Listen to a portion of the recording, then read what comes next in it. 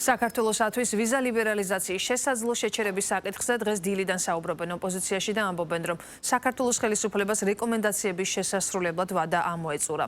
ლელოძლიერი საქართველოს საგარეო მდივანმა გრიგოლ გეგელიამ დღეს ბრიფინგზე განაცხადა, რომ ქვეყანაში უვიზო რეჟიმი სერიოზული საფრთხის წინაშე დგას. გრიგოლ გეგელიამ მომხდარზე სრულ პასუხისმგებლობას ქართულ ოცნებას აკისრებს და საზოგადოებას ბრძოლისკენ მოუწოდებს. ქართული ოცნების პასუხისმგებლობაზე საუბრობენ ასევე ნაციონალურ მოძრაობაში და პარტიაში გახარია საქართველოსათვის.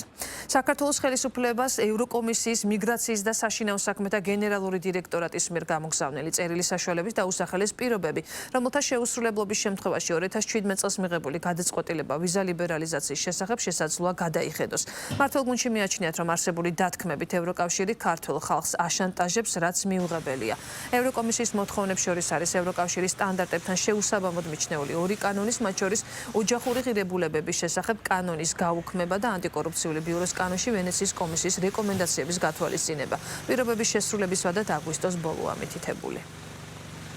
ქართულმა ოცნებამ არათუ რომელიმე პირობა შეასრულა, რაც ჩვენ ევროპელ პარტნიორებს ჰქონდათ წარმოდგენილი, არამედ ეს ვითარება, რაც აქამდე არსებობდა, კიდევ უფრო გააუარესა. ქართული ოცნების მხრიდან ვიზა ლიბერალიზაციის და უვიზო მიმოსვლის საკითხი არის უბრალოდ მკვდარი.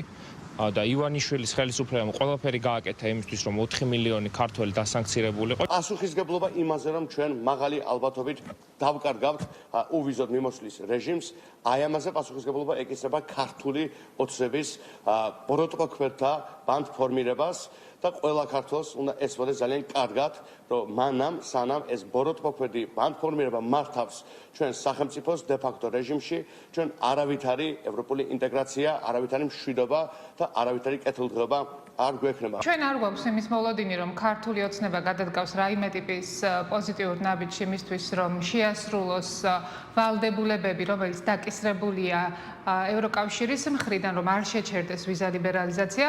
სამწუხაროდ ქართული ოცნება აკეთებს ყველაფერს იმისთვის, რომ საკუთარი პოლიტიკური და ფინანსური ინტერესები გადაარჩინოს. მათ არ აინტერესებს საქართველოს მოქალაქეების მომავალი და ამ ქვეყნის მომავალი. დღეს 31 აგვისტოა, ხვალ 1 სექტემბერი ჩვეულებრივ რეჟიმში გააგრძელებს საქართველოს განვითარებას. ამ საკითხს ობიექტური კრიტერიუმებით არანაირი პრობლემა არ ემუქრება. საქართველოს ხელისუფლებამ ევროკავშირს მიაწოდა უკვე ის შევსებული კითხვარი, რომელიც და ის რეკომენდაციები, რომელიც ჰქონდა კომისიას გადმოცემული და ჩვენ გავაგრძელებთ სამუშაო პროცესში. ევროკომისია იქნება თუ სხვა ნებისმიერი დაინტერესებული მხარე, მათთან მუშაობას იმისთვის, რომ ერთის მხრივ უვიზო მიმოსვლა იყოს დაცული და მეორეს მხრივ ასევე საქართველოს ეროვნული ინტერესები იყოს დაცული. მოთხოვნები კანონების გაწევასთან დაკავშირებით არარელევანტურია და აბსოლუტურად არ პასუხობს არანაირ პრინციპს, სტანდარტს, რომელიც ევროკავშირს გააჩნია. ევროკავშირი ქვეყნების მიმართ, რომელიც კანდიდატები არიან, ქვეყნებს, რომელსაც არასდროს არც ერთი პრინციპი და ნაბიჯით არ უღალატია საგარეო კურსისათვის და უფრო მეტიც ყველა მაჩვენებელი აქვს, რათა სამართლიანად იტრაბახოს იმითი, რომ არათუ კანდიდატ ქვეყნებს, არამედ ბევრ წერ ქვეყანას უსწრებს არაერთი რეიტინგით.